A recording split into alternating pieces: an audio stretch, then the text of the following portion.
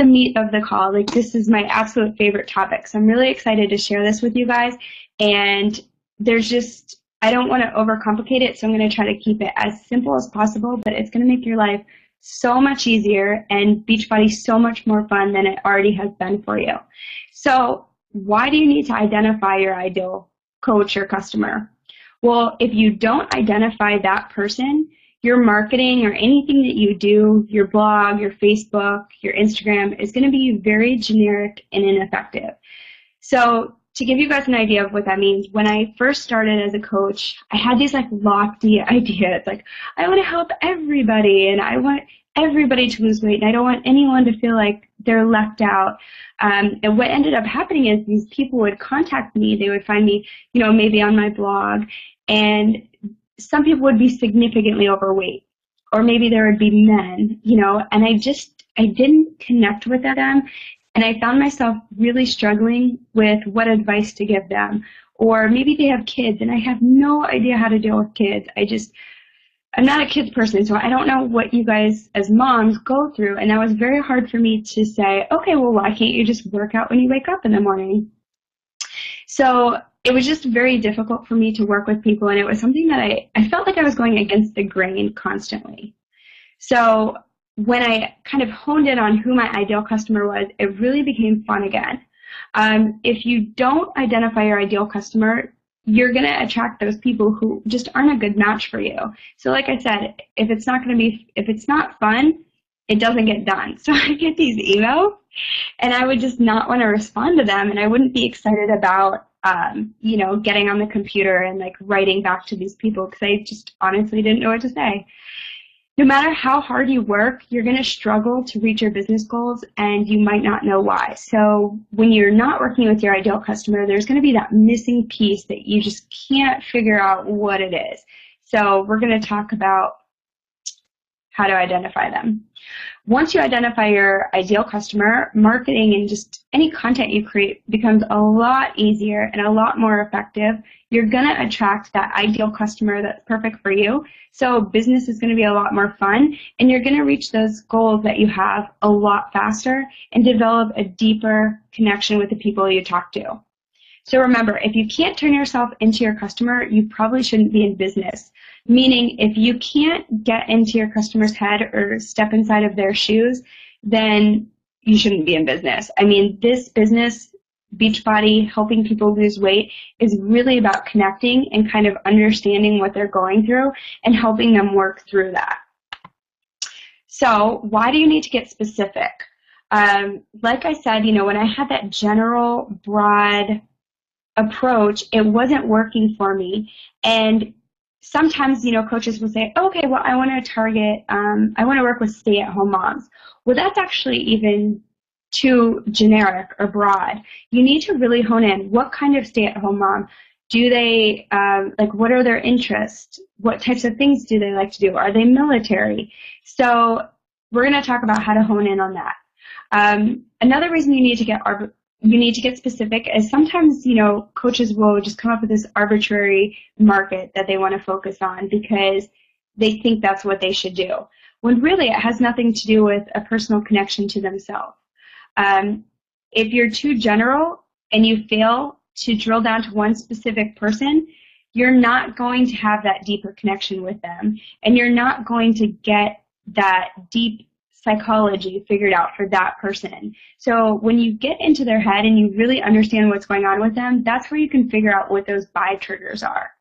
And by buy triggers, that just means, I don't know the exact definition of how to describe it, but basically when people are making a purchase, like what makes them feel good about it and what makes them feel icky about it. And then if you're too general, you're never going to get into your customer's shoes and see life through their eyes. So basically, I know that I keep reiterating this, but if you don't get very specific with it, it's not going to be very effective. The proven way to dig deep. So here you really have to stop thinking like you, and you have to turn yourself into your customer. And you really can't do this unless you listen to your customers. So being, most of us work online, you really need to take a look at what your conversations are like and check out their Facebook page. What has their experience been like? What are the things that they go through? What is their day-to-day life like? So when I'm talking to someone, for example, and they tell me that they'd like to participate in a challenge group, it's not just like, oh, here's the link and sign up and you're going to be successful. You really have to dig deep and say, okay, well, what's going on with your family? Are they going to be supportive? What obligations do you have? What does your work schedule look like? What work obligations or what social obligations do you have that might prevent you from being successful? So I really want to encourage you guys to take that time to figure out what is going on with your customers and understand that it's not an easy process. It takes time, it takes practice, and it takes patience. To really dig deep with your customers, you have to stop believing that you already understand what's going on with them and that you already know what they want. So a lot of times we just think that we know. We make all these assumptions when really we have no idea. So you really have to use a lot of imagination and a lot of compassion when you're doing this activity. Now, I would encourage you to open your heart and open your mind. Don't keep yourself in your own bubble, in your own world. So don't worry, I'm not going to make this too complicated, and I have some exercises for you guys to do, but you have to start thinking like your customer. Okay, so what you're going to do to get started is list all of the common traits of your ideal customer. So who are the people that you enjoy working with? And you're going to list all of their demographic qualities and psychographic qualities. So that means age, gender, marital status, occupation, and then their values, their beliefs. What does their lifestyle look like? What hobbies or interests do they have? And what you're going to do is you're going to take that list and you're going to kind of make it into one person. So instead of thinking of, your ideal market as this range, female, age 20 to 30, you want to literally roll it into one person and give them a specific age, a specific name, a specific job, hair color, family, etc. And Chalene Johnson even talks about this in her Video Impact Academy. When you're making a video, you're literally talking to one person. You're not thinking about the audience, who you're talking to. You're not thinking about the masses. You need to hone it down into the one person that you want to connect with and you want to identify with. So to make this exercise really real for you, I recommend pulling an image from social media. Maybe it's a friend of yours, or maybe it's someone that you don't know that you find on Pinterest. But this isn't going to be shared publicly unless you want to share it in our own little group. It's not like you're going to post on your blog about it or website about it. But the picture really helped me visualize, okay, who is this person and what does their life look like? You want to describe this person so well that you can step into their shoes, see life through her eyes, feel her emotions as you write a story as her, not as you. And it really helped me to think back to before Beachbody. So what were the things that I was going through before I was in Beachbody and when I was in a job that I didn't care for, back in American Eagle, and what was it like before I knew about P90X? So that kind of helped me get into that mind frame. And here are the things that you want to get very specific about. These are ideas, and I'm going to post these in the coach group so that you guys can come up with this person. And I almost call it like an imaginary friend because when I'm writing my blog, I think of my person, and I'm going to share it with you guys in the next slide. But you're going to come up with the name, age and gender, hair color, eye color, marital status. Does she have children? Where does she live? What does she do for a living? What are some of her beliefs? Favorite books, music, TV shows, magazines or blogs. What does she Google? What is she interested in? What events does she go to? What does she do in her free time? Guilty pleasures. What kind of food does she like? What kind of car does she drive? And then, those are kind of the surface things. So okay, what does she do? What does she like? And then you want to dig a little bit deeper and say, okay, well, what primary emotion or what emotions does she feel when she's about to buy a Beachbody product, or when she's in the process of talking to you about a challenge group? What is she saying in her head? What is that story that she's telling herself? And what does she fear? So, I don't know about you guys, but when I was going to buy P90X, I thought, oh my gosh, what if I'm the only person that just sucks at this and I don't get results, but everybody else gets results? Or what if this is a scam? Or what if my friends make fun of me? So you want to think about, what does this person fear? Does she think Shakeology is hocus pocus? Does she fear that her coworkers are going to make fun of her? Does she fear that she might fail and just continue to stay overweight and unhappy? And then you want to think about, what is her, oh my gosh, I can't believe this exists solution? So what would be the solution for her that just made her life absolutely amazing and blissful and helped her get the results that she wanted? Okay, so I'm going to post this in the group because I know that's a lot of information and a lot of questions. And I just want to go back to this for 1 second. This isn't something you're going to do in 5 minutes. I would pick a time where you can sit down and take 15 to 30 minutes to really think about who this customer is that you want to work with, who this person is that you want to attract into your business, and not just phone this in. This isn't an exercise where you just kind of jot everything down, throw it in a notebook, and forget about it. I actually think about my person each and every time that I'm creating content. And creating content is the way that you're going to build your business, especially if you're doing it online, because that's how people are going to find you. So if you can create this content, let's just say, for example, you make a YouTube video that talks about Shakeology and how it's not a scam, for instance. Somebody, your ideal customer, is going to Google that, is going to find that video.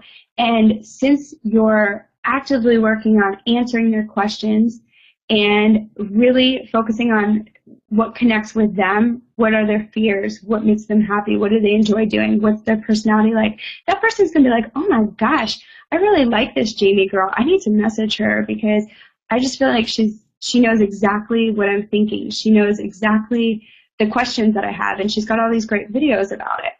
So this is something that you just jot down. You really need to put some effort into making this as specific as possible.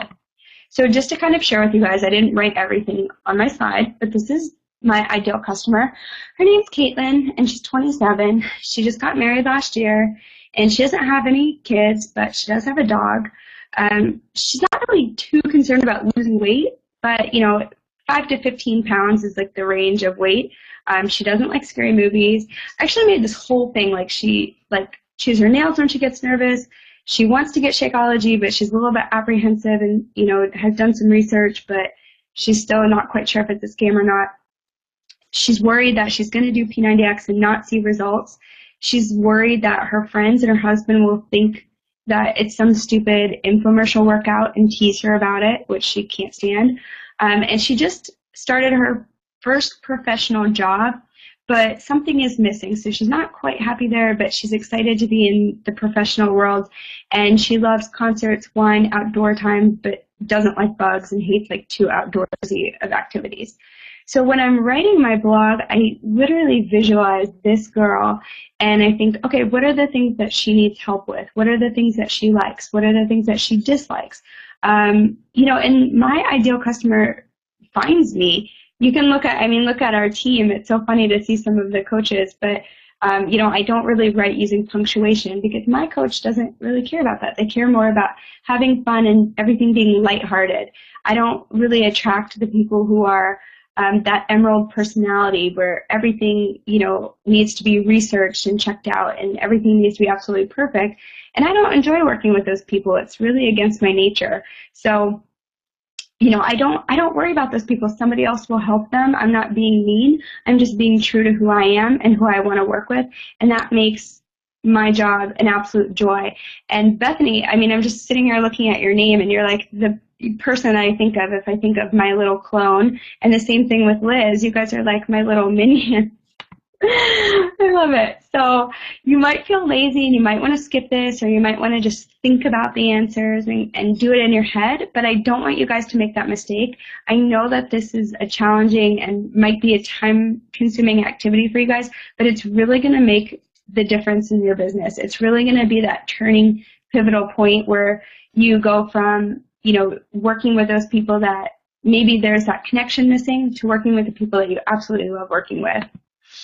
Okay, so why do you have to know those irrational fears and deep desires? When a customer has a problem, they feel desperate and they feel alone, especially when it comes to weight. Oh my goodness, they feel like nobody gets them. Nobody understands what they're going through. Nobody, there's no one there that is in their court.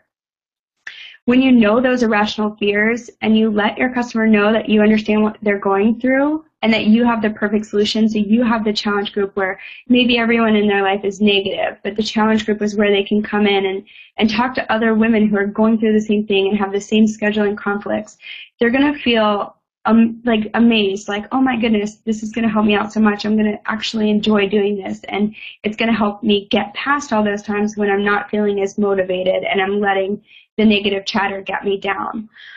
Knowing their deepest desires demonstrates that you have a vision for them and that you believe in them and that you are the person that can help them get to their goal and get where they're going. So when they feel like you get them and you know what they want, they're going to have that trust in you where they're excited about getting a challenge pack and they're excited about joining your challenge group, and they feel like you really do care for them because, let's be honest, that's why we got into this business. We all have this deep desire to help other people, and if you're able to connect with them in a way that they feel that, not only are they going to trust you, but they're going to refer their friends, and they're going to be a lifelong either customer and friend. I think of all my customers who I work with as friends of mine, and then a potential coach down the road.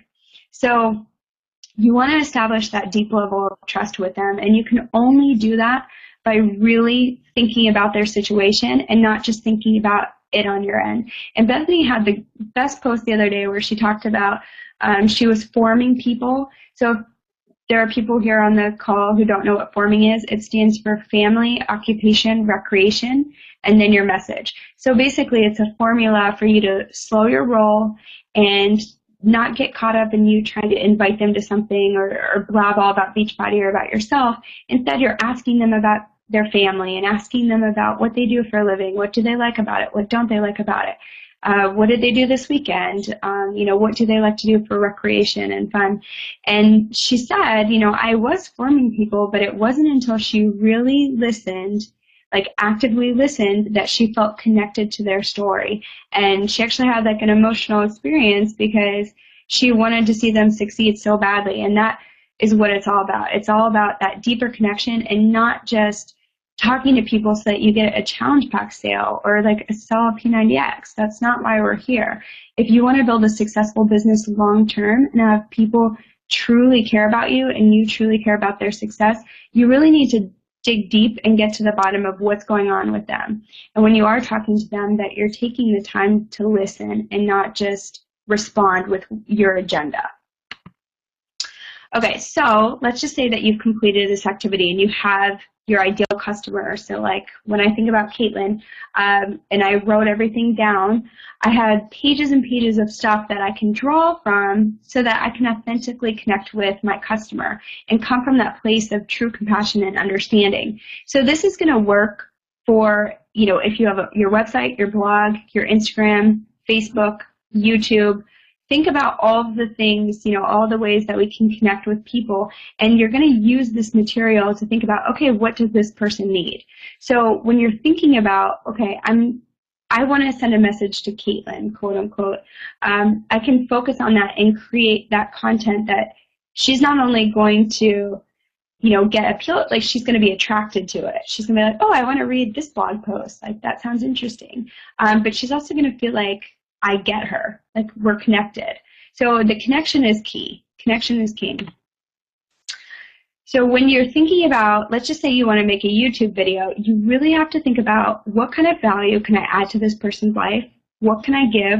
What advice, help, or guidance can I provide for them? And it's very important to note that you should never undervalue your skills or talents. So there are a ton of things that I find very obvious. So let's just say meal planning, for example. For me now, meal planning is very just obvious. I'm like, oh, of course everyone knows how to do that. But for other people, that could be a huge struggle, and they have no idea where to start.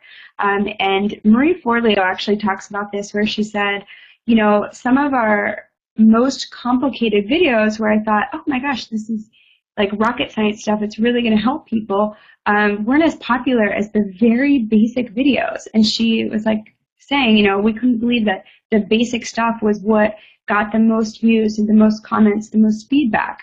So something that's very easy for you, how to schedule your workout, how to get your workout in the morning.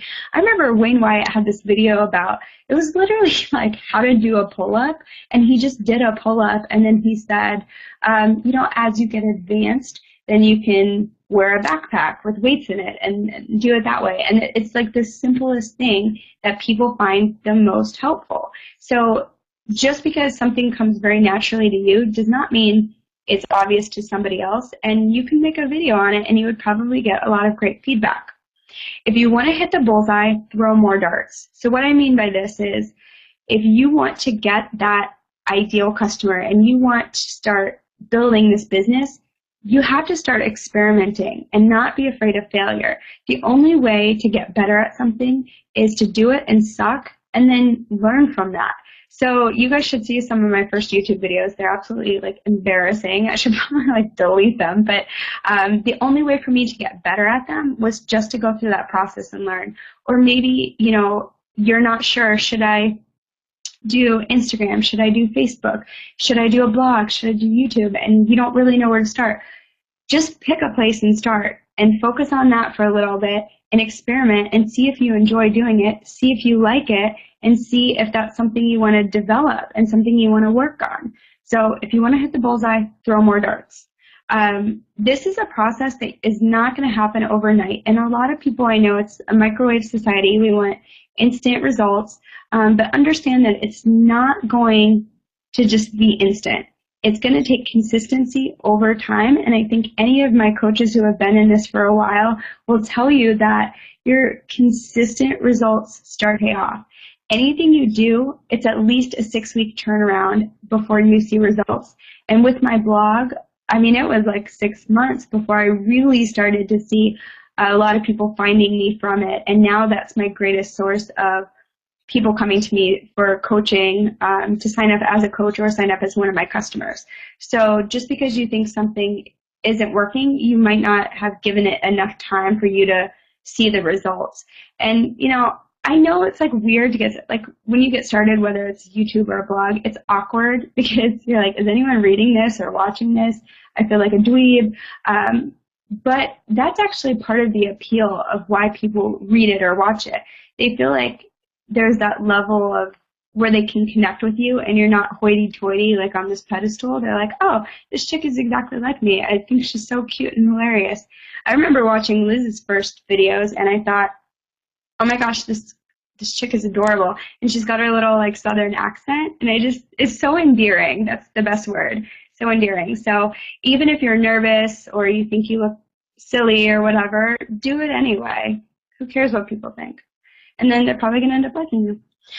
Okay, so attracting your ideal customer is the first step in building your dream team. You want to attract the people you enjoy working with, and then obviously help them get the results that they want so they're a believer in Beachbody. So maybe they start out as that ideal customer where you have a lot of fun doing the challenge group with them, and then obviously we're here to help people, so we want them to get those physical results and then become an advocate for Beachbody.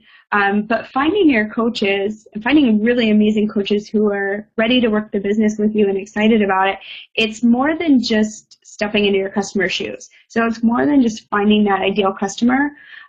You really have to consciously think about what kind of coaches do I want on my team? What kind of business am I building? So if you were to list the 10 traits that make up your perfect coach, what would they be? And I actually want you guys to list those. So think of the 10 things that you think would make the most incredible coach and list those qualities. So here were mine, and there's actually 12 because I couldn't decide. So my 12 are confident, visionary. I want someone who's an entrepreneur, ambitious, focused, motivated. It's very important to me that my coaches are coachable so that they'll take my advice and listen to what I have to say, that they're creative, assertive, humble. They have to have a sense of humor, and I love when people have that magnetic personality where you're quite sure they have like an it factor. You don't really know what it is, but you know that you just want to spend time with them. So I thought, okay, well, you know, if I could have the perfect coach, this is what they would be. They would be like this magnetic, ambitious entrepreneur girl. So when you make your list of your perfect traits for your coach, it's actually your personal development list. So if you want to attract that person into your business, you have to get there first. You have to get there mentally first, because this list, this trait list, is what your coach is looking for in a sponsor. So, you're not going to attract a level 8 caliber leader into your business if you are only at a 4. And that's not to say that you're a 4 quality person. That's just to say maybe your leadership abilities or your abilities in the business are at a 4. And that's something you guys can determine on your own. And it grows and it changes over time. So just because you're a 4 now, hopefully you're going to be doing your personal development and raise your level of leadership abilities and become a more well-rounded person. So if you want your ideal coach, you have to live, exude, and project the qualities that you want, because again, that's what they're looking for. So when you make your list, I want you guys to look at your list and rate yourself on a 1 to 10. Where am I on motivated? Where am I on humble? Where am I on ambition? Whatever qualities you list, rate yourself 1 to 10, and think, take a hard look and think about, what do I need to work on? And then find a personal development book or go in your Coach Online office under the Success tab and find things that are going to help you work on that. Maybe you want someone who's great at their relationships and really values relationships. Maybe you want someone who's caring, so you need to work on being more caring and being a better listener. Think about what qualities that you want in a coach and what things you need to work on, and then go out there and do it. Go out there and find the material that you need to make that happen. And everyone is so unique and different that that's going to look different for everybody. Okay, so take action. I'm going to post the exercise, and I want you guys to go deep and dark and high as the sky, meaning I want you to really think about everything about this person, everything about your ideal customer that you can possibly imagine, and don't let time go before you get this done. So I don't want you guys to get off the call tonight, wait a week, and come back to it. You really want to do it as soon as possible so that you know who you're talking to, so that everything you can do is going to be working on attracting that person into your business. And this is also not a one-time thing that you do. It's going to evolve over the life of your business. So as you grow and as you change, and just to let you guys know, from January to now, I've really honed in on who I want in my business and what that person looks like, and kind of transitioning from fitness to more of the business side, because I enjoy talking about the business. I enjoy goal setting way more than I enjoy the fitness side of it. So, as you kind of evolve as a coach, you're going to have those realizations when you're doing your ideal customer exercise. All right, guys, that was all the information I have for you tonight. I'll go ahead and post that in the group, and then I'm going to open it up. I'm going to unmute you guys. So if you have any questions, you guys can type them in, or you can just ask if you have a microphone or on the phone. So I forget how to do this. Muted. Okay, does anyone have any questions, or you guys want to close it out? All attendees are themselves by pressing *6. Okay, you can unmute yourself with *6, because that was going to get a little bit crazy with everybody.